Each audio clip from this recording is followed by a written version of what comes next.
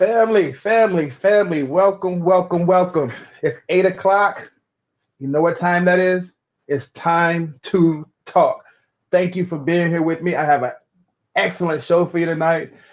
Want to give a big shout out to, as always, IMP, uh, Dr. Jason O'Geist, Knowledge and Nonsense. Hey, wonderful things are happening, wonderful things on the horizon. But I just want to drop in real quick and one more time. It's available. The link is out there. Let's make sure you go pick that up. Family, right around the corner, it's time to go and be a part of AAMI. For some of you, you know what that is. For some people, you hear about it and you don't exactly know what it is, but that's what we're here tonight for. We're here tonight to get you in the know, answer some questions, take all your comments for AAMI standards. I know as a young tech coming in, I walked into a facility and one of the things I heard was, AAMI don't work here. Why do we have to listen to that? And as I grew into this, I realized how important it was. So part of that is for our younger techs who are just getting started in this field. You're going to hear a lot about AAMI standards. You're going to hear a lot about recommended practices, best practice. You're going to hear about ANSI. You're going to hear about all of these things. And what this show is going to try to do tonight is get you wanting to know more, wanting to get involved, doing your own research. So I went out and I grabbed somebody who can speak to the process because they've been in the room where it happens. They've been a part of those committees. They've been a part of the voting. They've been a part of all things AAMI, and they can speak to the relevance of what actually happens when they're there. I'm going to bring him in just a second to give you that knowledge. Grab a pencil, grab a pen. It's going to be exciting, and I'm here for it. So without further ado, I bring you the man, the myth, the legend, Mr. Jhmeid Billingslea. And here he is. What's up, Jhmeid? Hey, what's going on, Mr. Campbell? What is going on? Great to see you again. Yes. We've seen each other a lot in the last 6 months. I know, right? It's been great every time. Thanks for inviting me on to talk to you about a subject that's like really near and dear to my heart. So when I was thinking about doing this show, I thought, who else than you? So on that note, could you tell the people and introduce yourself to the people who, unlike myself, haven't had the pleasure to hear you speak and know who you are? Could you just tell them a little bit about Jhmeid? Okay, here's my elevator spiel. I'm looking at the timer. My name is Jhmeid Billingslea. I am a healthcare professional. Surgical services is my specialty, and sterile processing is my passion. I was trained in the Navy as a surgical tech. I became a first assistant, and then I soon was put in charge of sterile processing, which we learned in school in the military. So, of course, I knew everything about SPD until I got down there, and my family and SPD taught me all the stuff that I didn't know. And so I just fell in love with it. I've been doing that, surgical inventory, and all those things for about, what year is it? 32 years now. And I know you're like, you look like you're 32. Thank you. Appreciate that. But so I have a good amount of experience, and I'm a teacher at heart. I love mentoring people. And I'm not one of those people. Back in the days, we used to have to go through this. I'm not a gatekeeper. I want everybody to be able to skip to the head of the line and not run their heads into the walls that we kind of had to run our heads into as we were coming up through the ranks. So I want to give you the tips and tricks to shortcut your way to it. Family, I know y'all heard him say it, and for y'all that follow me, you know the Army is the way to go. So we're not gonna hold the Navy thing against them. We're gonna give them a fair shot. But just in that, a lot of life experiences, a lot of training, I was present in one of your speeches and definitely took a lot away from that. As it pertains to Amy, for the people who are new to the profession and don't know, what is Amy? So you just threw a fastball right down the middle, because I was the people that you're talking to not very long ago, right? Okay, okay. So ANSI/AAMI is a standards body. So they do a lot more than just sterile processing standards. They do a lot. They do the standards for biomedical, for a lot of equipment, a lot of things that dialysis machines, the testing parameters for chemical indicators, biological indicators, rigid containers.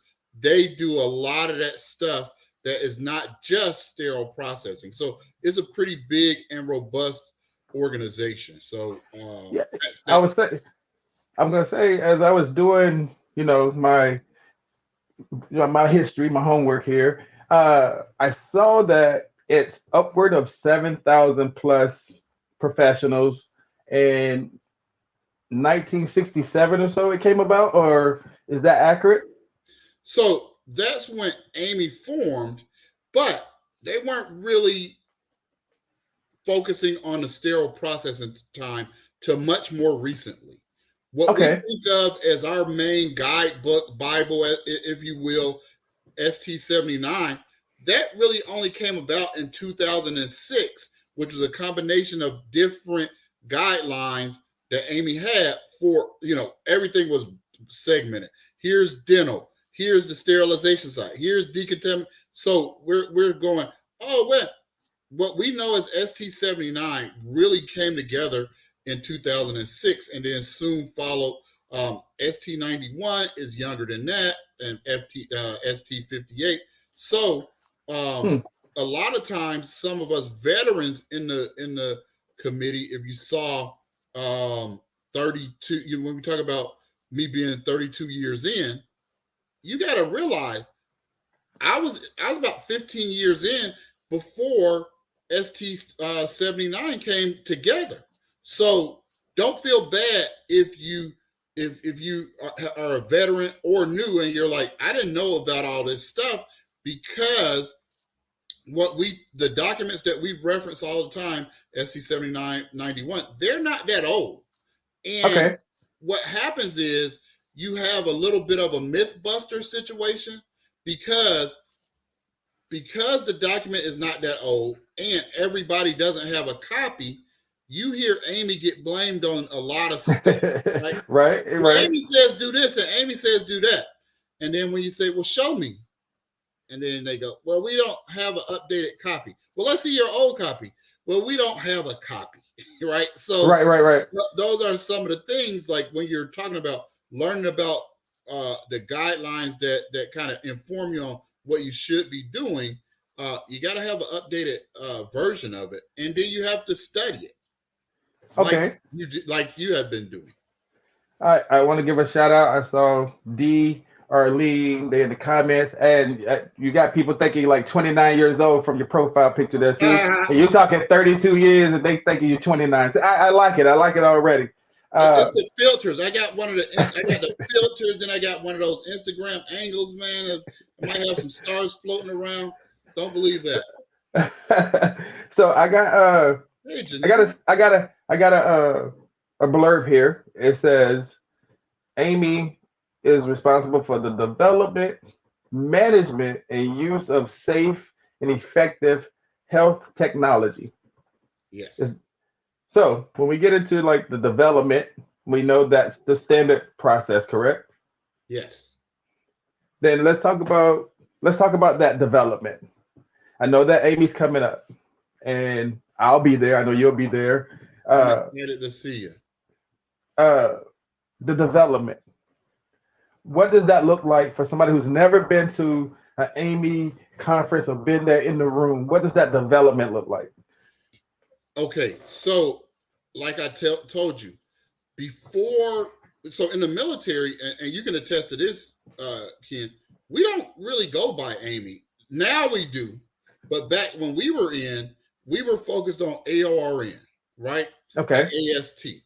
And Right. so when I got out, or I went to the reserves, um, I had to learn a lot about AAMI. So I understand how it is to learn about AAMI. And then I joined AAMI as an individual member because I was telling my hospital, hey, somebody said I should join AAMI. And can you guys pay for it? And they're like, who is AAMI again? So that was part of the thing. So I joined, and so I had those same questions because my first attendance of meetings was online, and I had never been in an AAMI meeting before. So Okay. I didn't know how it was going to go. I thought in my mind that it would be almost like, I guess in my mind, I had imagined like a court proceeding or something like that, or like a corporate stockholders meeting. I just thought it was going to be that, like somebody at a big table telling the people at the little table, therefore, wherefore art thou 7.2.1. But it wasn't like that at all. Okay. People started talking, and then people started disagreeing. And I was like, what is going on? Because I wasn't there live. And we didn't have the online platform that we have now. So it was almost it was closer to like a conference call, Ken, back then. Right. Right. So it was like a conference call, and all these people are talking. You don't know who's talking. You didn't have a thing where it said, this is Kenneth Campbell, and here's my point. You just start, somebody's talking to somebody, no, I don't agree with that. And I was like, what's going on? What's going on? What's going on? I was a deer in headlights. And so my goal is to make sure that nobody is like that. And the meetings are a little different now, a lot more organized and leveraging the technology so you know who's talking, and then the actual document is pulled up when you're reading it. But back then, that wasn't the case. You brought out an interesting point there. You said that at that time you joined as an individual. I did. So can people join as individuals? Do they have to go through a hospital? What is that process for people that are interested in joining, but the hospital may not be sponsoring them or things like that? Can they join as their own individual entity?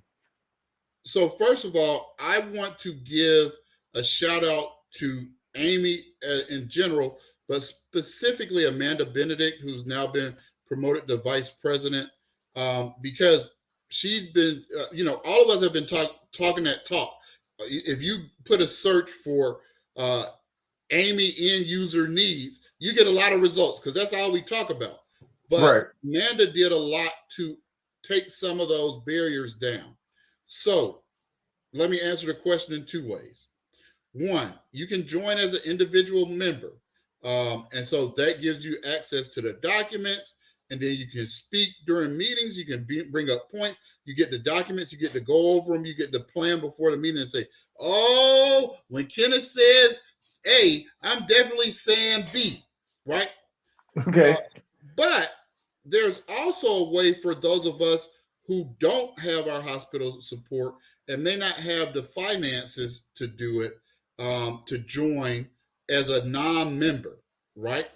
And Okay. so you can register for the meetings in person or online. And so if you register for in person, you can actually come to the meeting without being a AAMI member or having your hospital be an AAMI member. Now, you don't get access to the documents.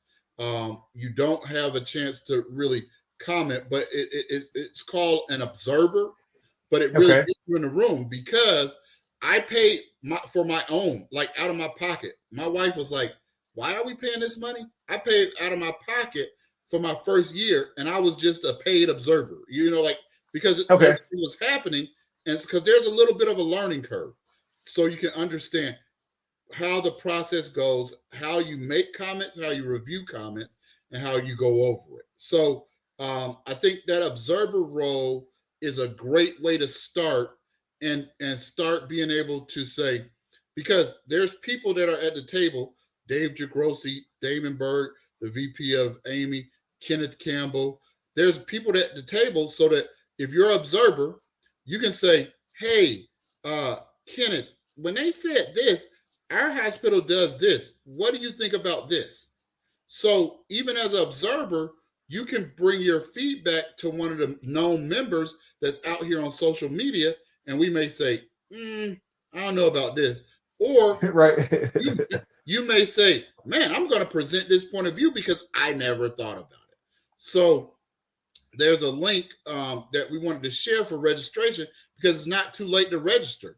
Like if you live near, I don't know how many in-person slots are still available, but the registration link will take you and it'll ask you, do you want in-person or do you want virtual attendance? And attending as an observer will really help you understand the bylaws, the confidentiality that's required, and then how you proceed. Because it's not just people shooting from the hip.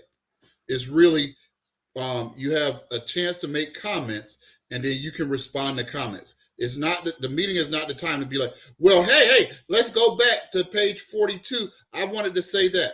We can only address official comments that were made. And as an observer, you don't have a chance to make comments, but there's a bunch of us in the industry that always want to be the voice of the people. You can make those comments to us, and then we can help you understand why it works or doesn't work, and we can present those. So that's an option that I'm so excited about them adding. And at my company Advantage, we have another option that's going to be even more involved that we're going to launch somewhere here soon. Arlene is asking where are the AAMI end users for the work groups. She told them to check in. Just what you were just saying. So for people that are curious about what you're talking about, when they hear about voting members and this type of thing, so you can start out as just an observer and then work your way up to being a voting member, or can you, when you join as an individual, can you be a voting member? Man, you are on fire, Ken, breaking this down. I want to refer everybody to the link below because I want people to register. I don't. Yes. The old days of saying I want to be a part of AAMI, but I can't afford it. That's over because you can register at least as an observer. So yes. Here are the 4 categories of AAMI participation. You have a voting member, which is if you have a big company like SIPS, like CSA Assist, like Advantage, it doesn't matter how many people you have at your company, you can only have 1 voting member. Okay. If you join as an individual, you are your own voting member. So that's the advantage as a voting member. If you pay for your own, you get to be a voting member, right?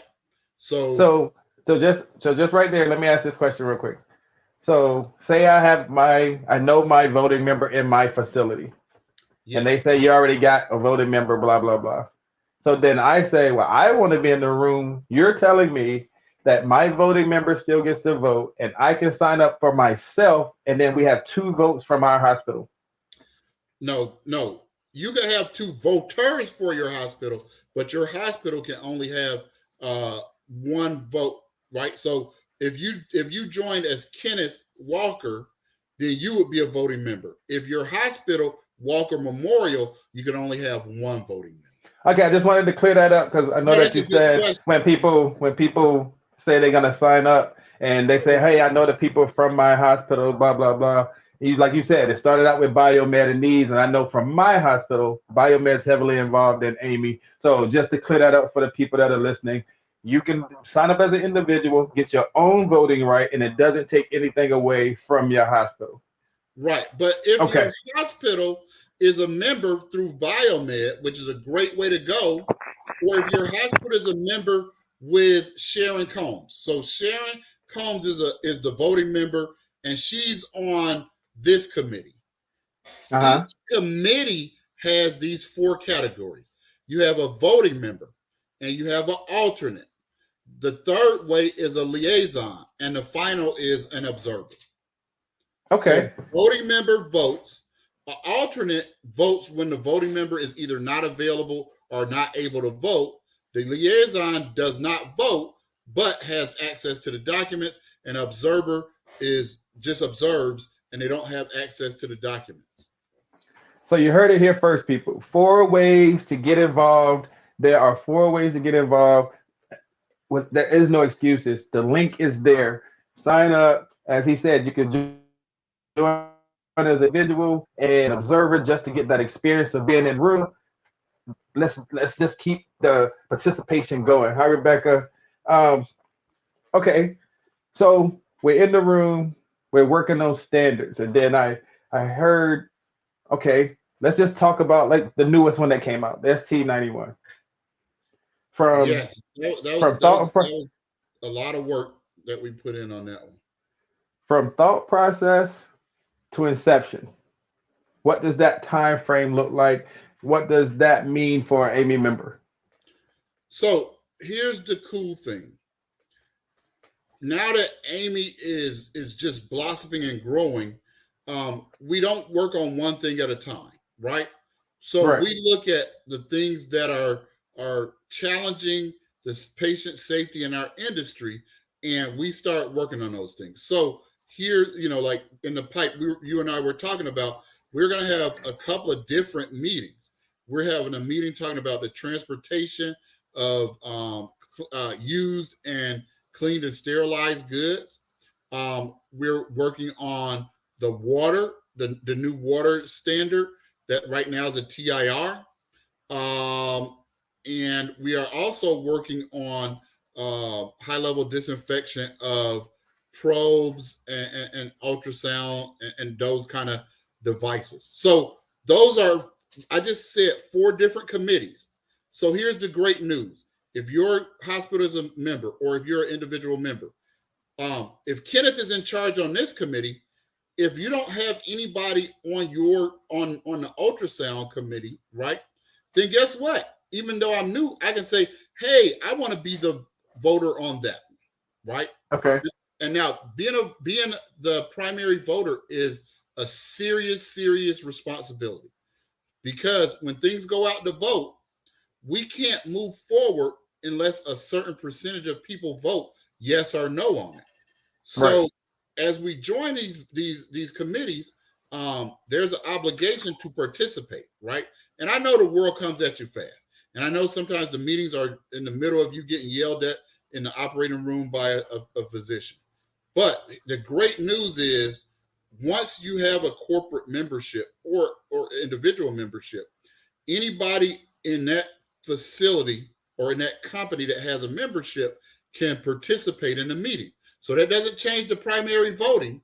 So if I'm the primary and you're the alternate, I can't go to the meeting. You can go to the meeting, take notes and say, here's what happened, and here's how I recommend that we vote. So don't be stuck in that hero ball land where you're like, I'm the primary voter, so I keep all the paperwork. AAMI allows you to share your paperwork with the other people that work at your facility, and then it benefits you to have other people involved, so that if you're on vacation or if you're up in the operating room getting yelled at, joking, if you're taking care of other business, then you can do that. Okay. 2 things you said there that I want to touch on. You said y'all are, and for people that don't know, the TIR is a technical information report. So AAMI standard versus TIR. Can you explain to the people what's the difference between the two? That's a great question. I said that just so I could take you to commercial. I wanted you to think about it for a second. Tease, man. That's a great tease, man. So yeah, we're gonna go to a quick commercial, and when we come back, we're gonna break down what's the AAMI standard versus our technical information report, or TIR. So we'll be right back after this commercial.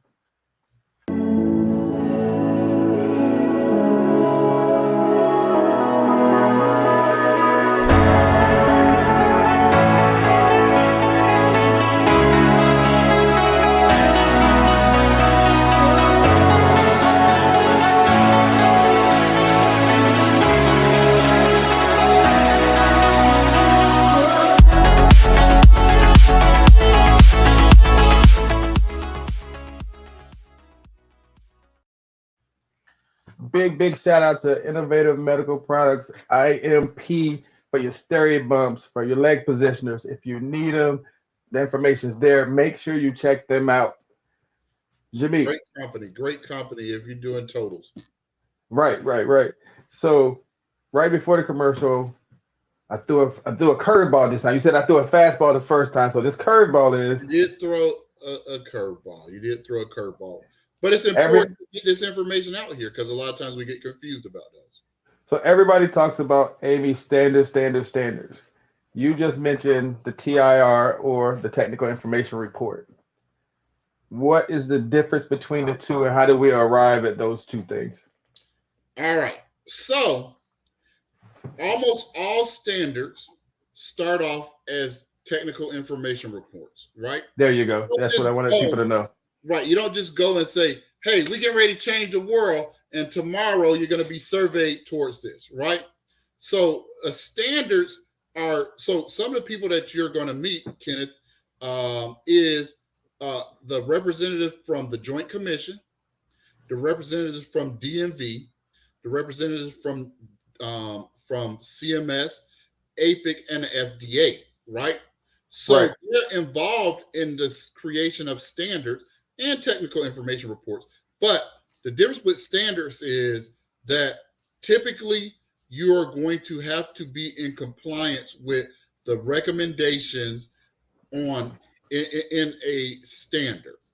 A Okay. technical information report is kind of like the pre-standard work that gives you information about a challenge that has been addressed or noted multiple times in the industry.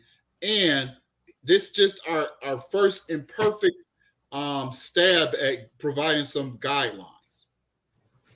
Okay. Just to clarify So, what you said, just for the people uh, in the room, it says that when you're creating your standard or your TIR, it is to reflect the combined knowledge of medical device producers, users, regulators, and specific technology experts.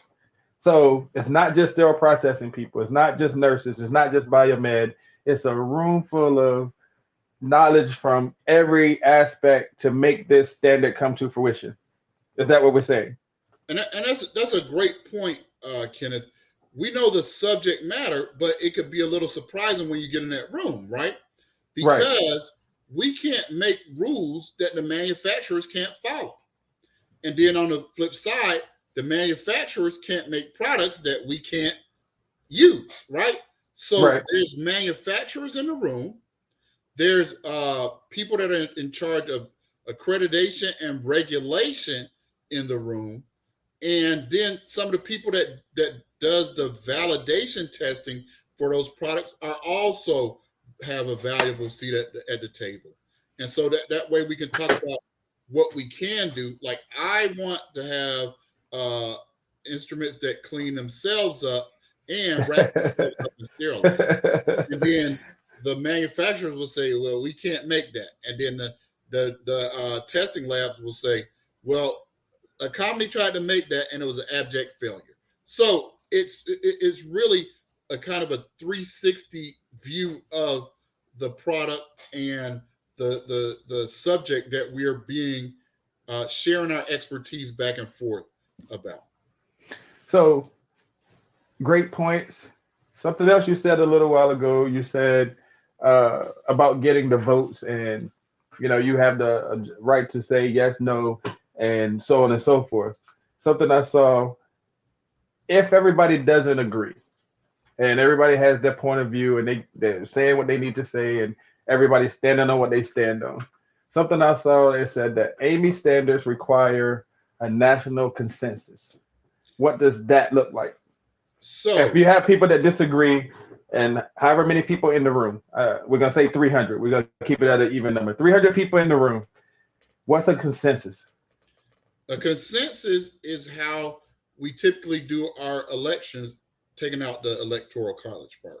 But when the majority of the group comes to one conclusion, that is a consensus. Sometimes people mistake that for a total agreement. There is nothing in this entire world like the most popular president, the most popular masked singer, the most popular entertainer, on America's Got Talent, nobody's going to get 100% of the vote. So imagine that, like when you're looking and you're like, man, that guy blew them away, and somehow they ended up with 95% of the vote. And you're like, how did 5% vote for the other people? So imagine if the standard was we had to get 100% agreement instead of consensus. The consensus is that the majority. Now, there is every effort to address the objections that people have, right? So when you put things out for comments, then people, so you here is the process, pulling back the curtain. We say, this is how we think the document should look, right? Right. The step is to open it up for comments. So that means everybody who is a voting member has the opportunity to comment. So obviously the big manufacturers will have one designated primary member do their comments, but it won't say Kenneth Walker, it'll say from Steris or from HealthMark or even from Advantage. There's a bunch of independents out there who do an incredible job, and some of my favorite people, hey Jackie, that bring, hey Star, that do their comments. So they make their comments. Then the next step is for the chair and the co-chair to go through the comments that were made. And, a bunch of them are going to be editorial because humans are writing them, not OpenAI chat. Right. So, hey, Casey. And so there's editorial comments, right, that are made. But then there's technical comments. Like, I don't agree that the sun is pink. Like, we got evidence. Here's my evidence that shows that the sun is maybe bright orange or yellow, but it's definitely not pink. And so then when we come back to meeting and we go down the list and we say Kenneth from the Time to Talk company said that they object to the sun being described as pink, and here's the evidence that Kenneth provided, and here's what Kenneth says that we should write. Because we can't say it's orange or yellow, but you can say the bright sun, like that's how we get to that point, right? Okay. So you go through that, and so then we say we resolve the comments, then we open the document up again. And so every time we open the document up, there's the opportunity for the primary voter to make their comments. And then what happens is inside companies, you get together as a team and look at it and make your comment as a team. And then we go over it until we get to the point where, because a lot of times like, oh, we never thought about that. Yep, we're going to resolve. It's clear evidence. We're going to change this. Bam, let's move on. But then you get to the point where there's some comments that are just disagreements, right? There is no clear evidence base that says it should be 100% this way or 100% that way. Keeping in mind, now I'm going to throw you a slider. Okay. There's different statements in AAMI standards that govern compliance, right? Right. So if I say you must wear a Time to Talk T-shirt, that means that it has to be a law that says you wear.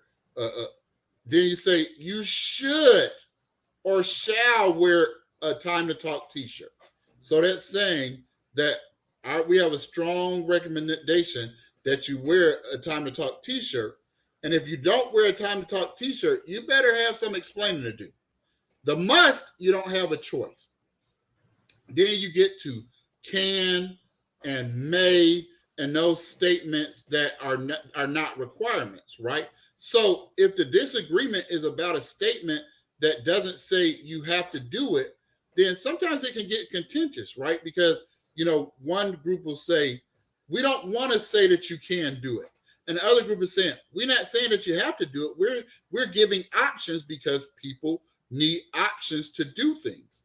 And then another group might say, hey, we can. And we may not be able to resolve that, Ken, because the overall group may say, this is important information to have in the document because I don't know anything about the subject and you're leaving information out because we don't have evidence saying you have to do it.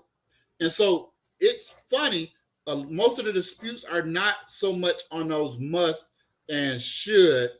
It's really when you start getting into may and can and those kind of statements that people that we start getting some of those challenges of, hey, we should take that out. And in times I get it, but then you have to remember when you first started, those mays, cans, and those mays and cans can really be a informative thing to give you opportunities to get into compliance and best practice.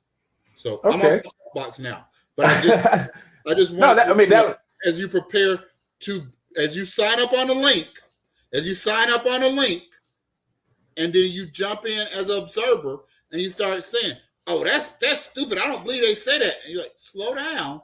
That's a can statement. That's not saying you have to do this. But then as you start saying, oh, I don't agree with that, but it's a should statement, which when you have should statements or must statements or shall statements, it is going to be evidence-based that here's why you have to do that. Corey Ofsted studies, different regulations, different studies that just show overwhelmingly that the evidence points to that. So that was one of the next questions was the should, the shall, the must, and you broke it down eloquently there that it's all stuff that gets talked about, evidence-based, brought it in. So the consensus is, hey, this was a statement, this is the evidence, and that's why it's worded that way. Because I think people don't.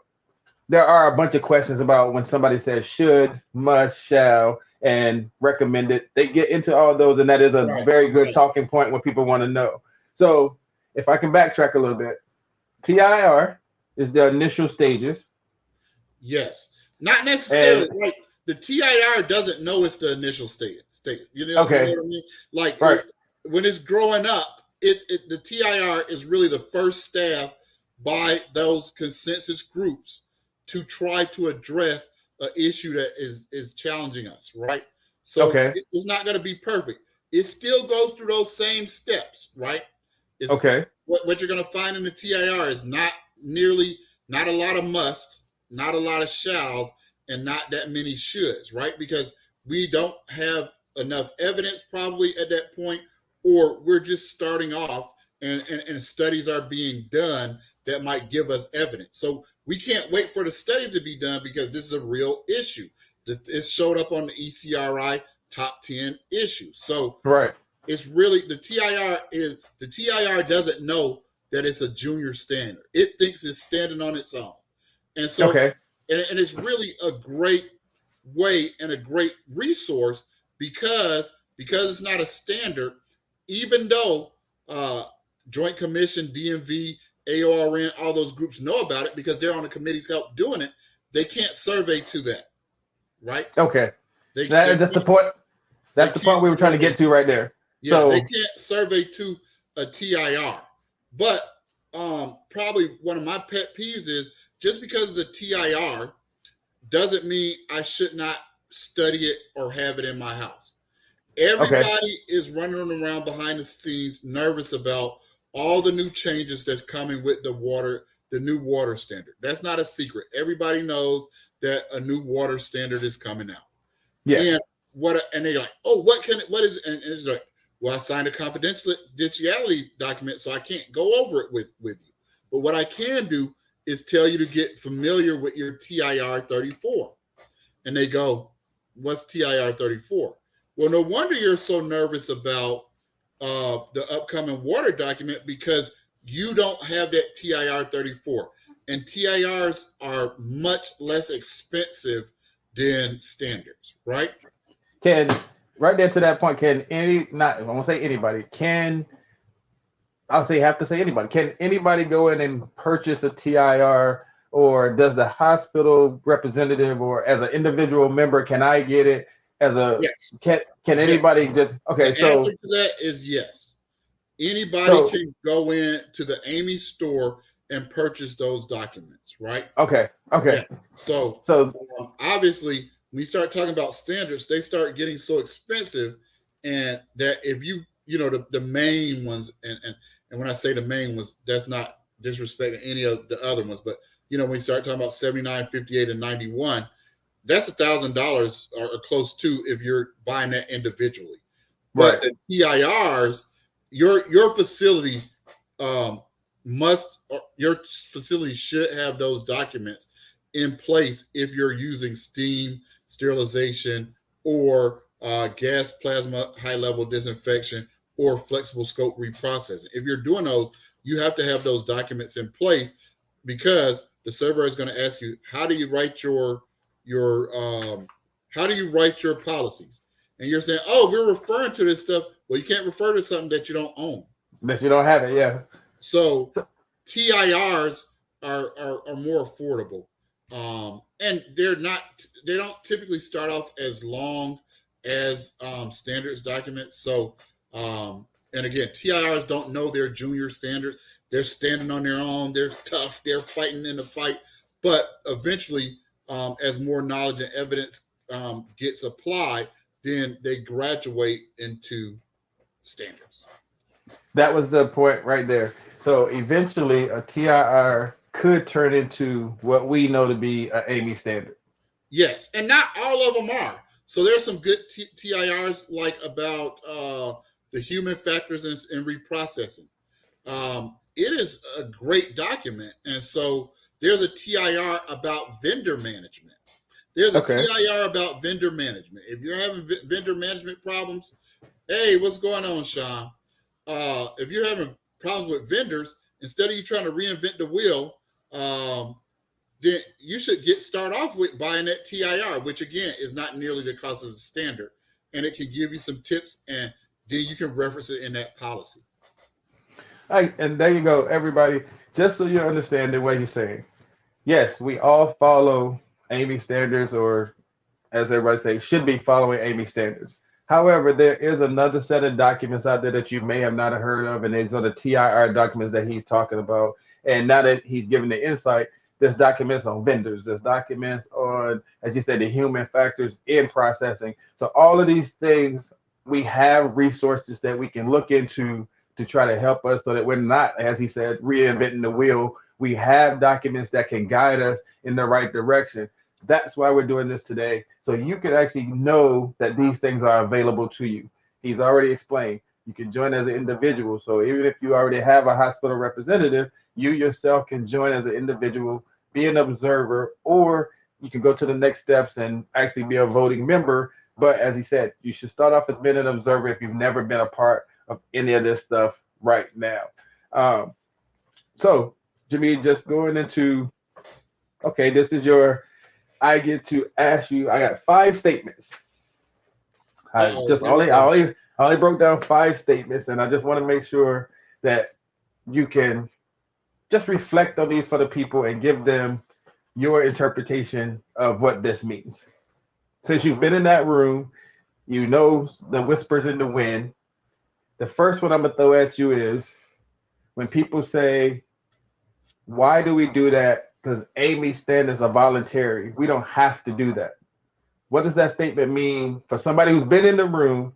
AAMI standards are voluntary. So here's the thing that we want to, 2 things that we need to understand. That AAMI has a small amount of employees and a huge amount of impact because it's a volunteer organization. Okay. So the FDA makes laws. OSHA has laws. So then what standards are is the consensus of the subject matter experts in the area. Here's the problem with you saying, well, it's just voluntary, we don't have to do it. You have to do something. So AAMI brings it up, and we say, and AAMI says, you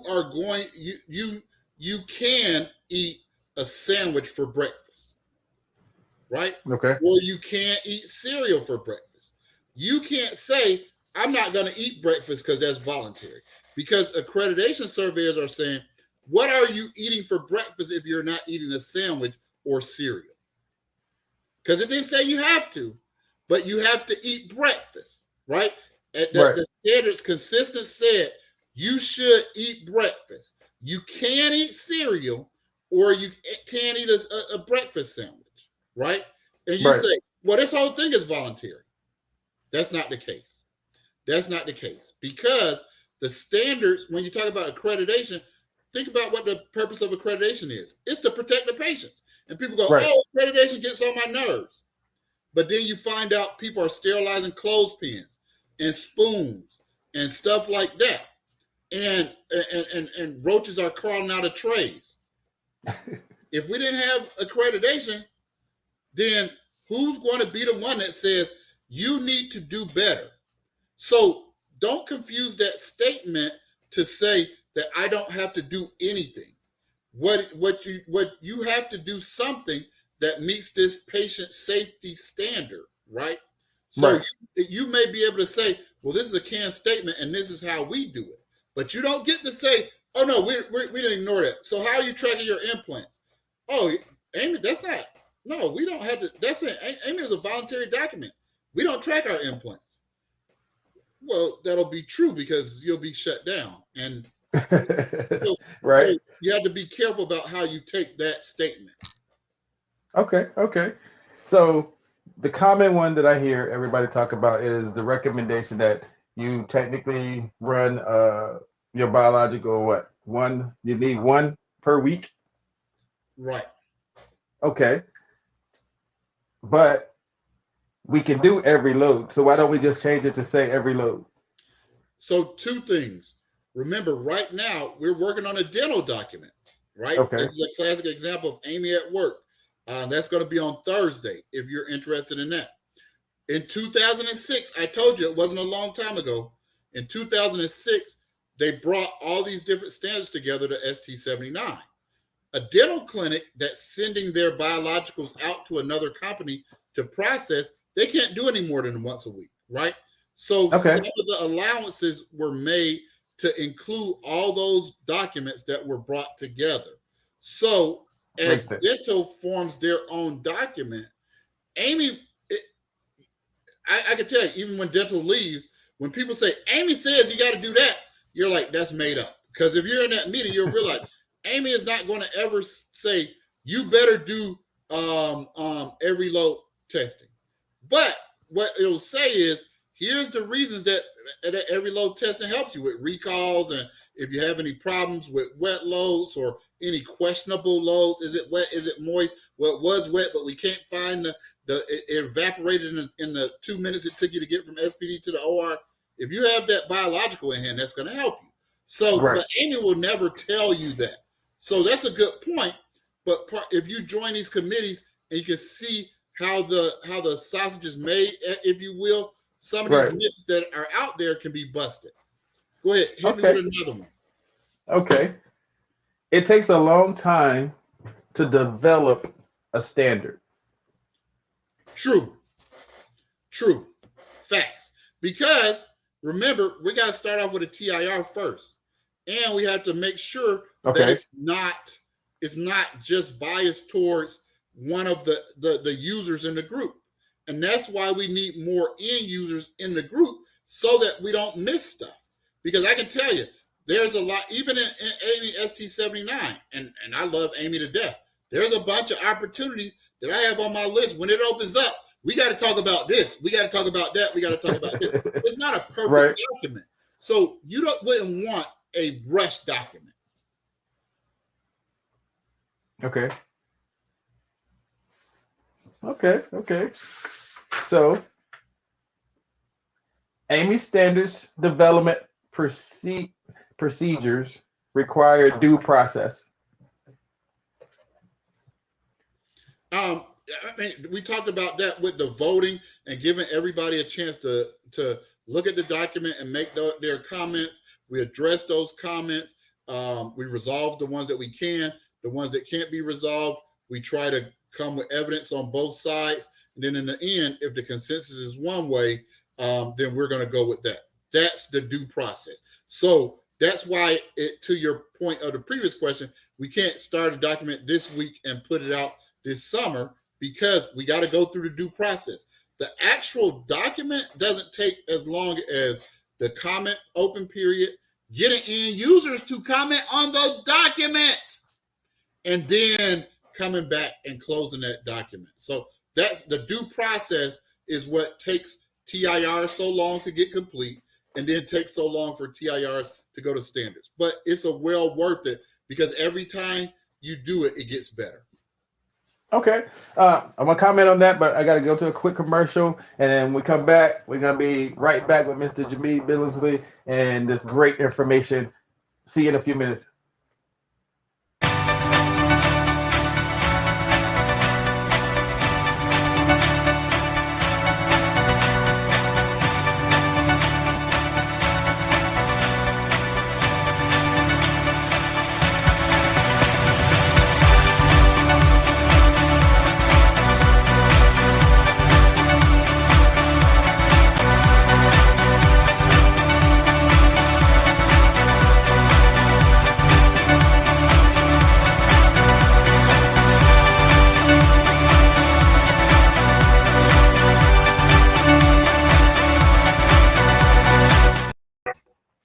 Again, I know y'all saw the commercial. If you want to nominate somebody for their dedication to the profession, and you know somebody that goes above and beyond constantly, go to www.scrubball.org. Make sure you nominate somebody. Make sure you show them that appreciation. And matter of fact, while you're there, make sure you get your ticket. Get your tickets to Scrub Ball. Make sure you're participating. Jimmy, right before we left, you were talking about the due process, and just so everybody's understanding, everybody's involved in what becomes a standard. It's not one person. It's not a couple Not of one company. right. It's all these people that's in the room, like you said, the manufacturers, Joint Commission, FDA.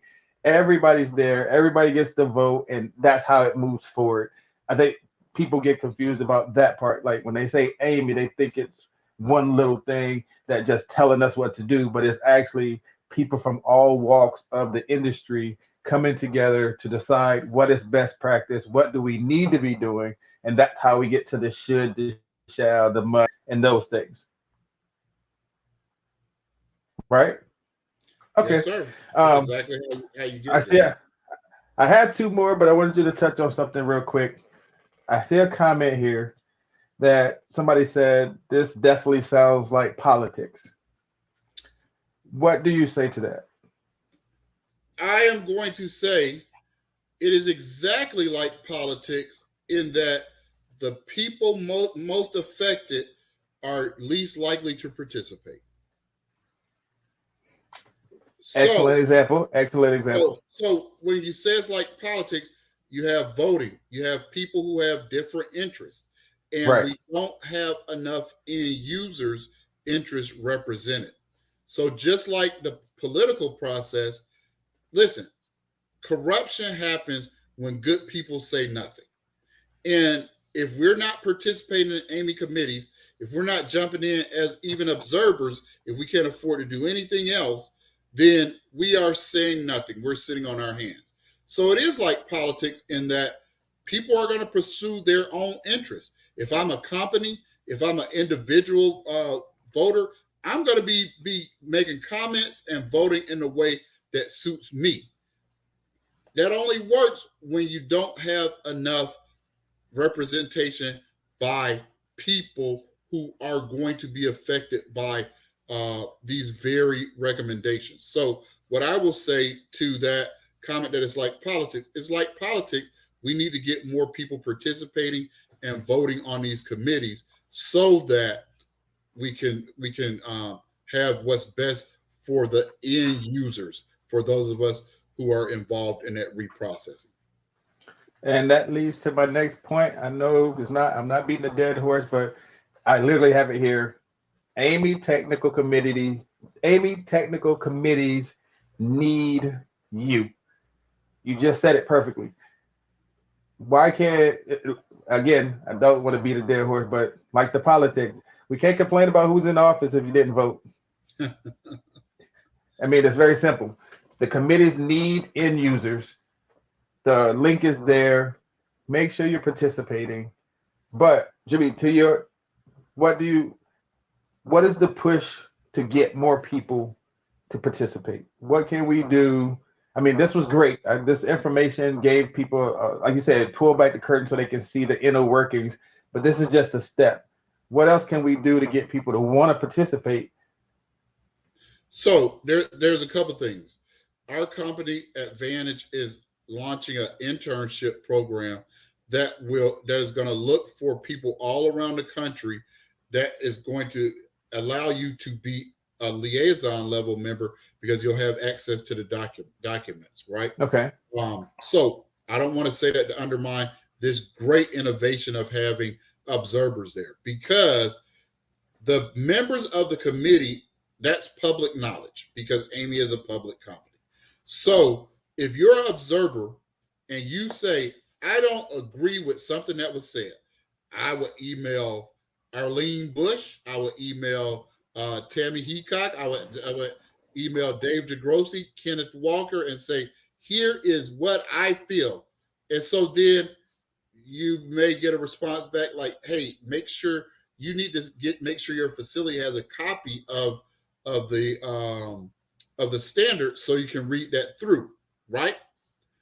But if you have a great point, like Kenneth and I, we were in Connecticut, and it was Adam Okuda and I who worked together on AAMI ST 91, right? Flexible scope reprocessing. And one of the managers said, you know, we talked the question, somebody asked a question, or his presentation talked about how the new AAMI standard recommends that you do not leave the scope in the AER or liquid chemical sterilization device longer than an hour.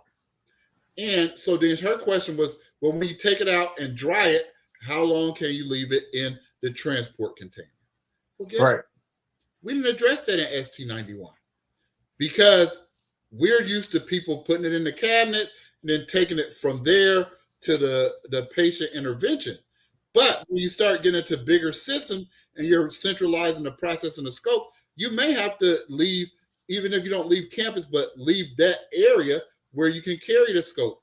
And so typically you may have to package it up to ship it to another clinic across the campus or across the building.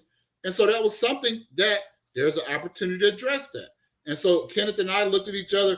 Me, Kenneth, and Adam Okuda were giving each other the eye like, that's why we need more end users. That's why we need, because we can only write to the practices that we're familiar with. But there's some practices that are happening out there, and there's nothing wrong with you. You got to transport it somewhere. But we talked about how long you could leave it in the AER or liquid chemical sterilization device, but we didn't talk about how long you could leave it in a transport container because we weren't used to that as a temporary storage device. So those are the things that we need end users there to pull our coat, to remind us of those things or ask about practices that may be right or may be wrong. So, and the only way you can speak up is you got to be an observer and you have to be familiar with the standard. And that's I've been, hey, cheerleading Jhmeid, but now I'm going to be Uncle Jhmeid, preaching Jhmeid. You have to be familiar with the standards to speak up on the standards, right? And so you're not born familiar. I don't have any problem if somebody says, I just registered, this is my first meeting, and I'm going to do this. Well, listen, you can email me on LinkedIn the whole time, and I'll be like, hey, I'll explain that to you when we get out of this meeting. Like, you might be emailing me on LinkedIn while the meeting is going, and I don't mind that. But at some point, you got to take that responsibility. Hey, Ebo, at some point, you got to take the responsibility to get more familiar with the standards that are there now and the science behind them, right? Like a lot of people just read the standard, but they don't read the annex at the back. Right. But if you didn't read the annex, then you're missing some of the science. Some people read the standards and they don't read the references that are at the bottom that they have links to. All you have to do is click on the link. So that's how you understand the science of how, like, some of the things people have their hands on their hips about are things that have scientific evidence is how we got there. So that's what I encourage for you. One of the things that I did and what that we do in our company is we have a book club that just goes over AAMI documents. I admit it's nerdy. That is super nerdy. You can't get nerdier than that. but Janine was on here earlier. Brandon was on here, and both of them have been participants. And you just start getting, we read the same sentence, and then Kenneth says, well, it looks like this to me. And I say, it looks like that to me. So those are the kind of things that help you get a better understanding. Jhmeid, I think we have exceeded the expectation that I even had for what people were going to get from tonight. In closing for everybody, as it pertains to AAMI and trying to participate and doing all these, can you give the people a closing statement? What I would say is we need more end users. In those rooms is a small contingent of end users and all these experts around the industry. And it's no fault of their own. I wouldn't, if I was a industry member, I'm not going to drop off the committee because there's not enough end users.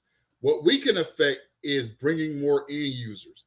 And what Amanda and Amy has done is provide opportunities for end users to participate to a level that they have never had the ability before. In the olden days, you had to buy several copies of the standard, or they would say, well, Ken, you can't share the document. Amy has said, you can share the documents with anybody in your company, with your company. You can share the standard with your company. So let's take that opportunity and jump in and participate. I am pleading with you and telling you, it is one of the most fun things in your life, because especially for some of us veterans who think we don't need to participate, the most exciting thing for me, as someone who had been in the field for over a decade before I ever went to my first AAMI meeting, was that learning. It was like, man, it's a lot of stuff I don't know. And then I started getting all these brain crushes on all these nerds, male and female, that knew more than me. Because I was like, man, I am not going to go back to that meeting and have to Google everything that Kenneth is saying. But it was just a fun thing, because those of us who are kind of old heads, this is our opportunity to get in the room with other nerds like each other and realize that there's still an opportunity to learn. And boy, if that water document doesn't humble you and help you see how much you still have to learn, nothing else will. So I'm asking you to participate, get out, get up. I can't wait to see you on the chat or in person. That would be great. There you have it, family. You saw the link. Register, whether, like he said, if it's just a observer, register. We welcome the comments. We welcome the questions. We'll be in the room. We can ask those questions, or like I said, if it's something that we can discuss with other people in the room, we will discuss. But the only way we would know what you're thinking is if you get involved and participate. Jhmeid, it's been a pleasure, sir. I look forward to seeing you in a couple of weeks. Definitely for everybody, this has been our AAMI conversation, just to let you know what it is that AAMI actually does, how to get involved with AAMI, and where we're trying to take it. We want things to grow, we want things to progress, but that takes you. We need those end users. As Jhmeid said, us old heads, new people coming in, all in the same room, everybody sharing that information. Be in the room, as Janelle said, be in the room. Hey, it's been time to talk. I'm Kenneth Campbell. That's Mr. Jhmeid. Thank you for joining us this evening. And as always, same time next week, let's talk about it. Jhmeid, thank you so much, sir. Family, I'll see y'all later. Thank you.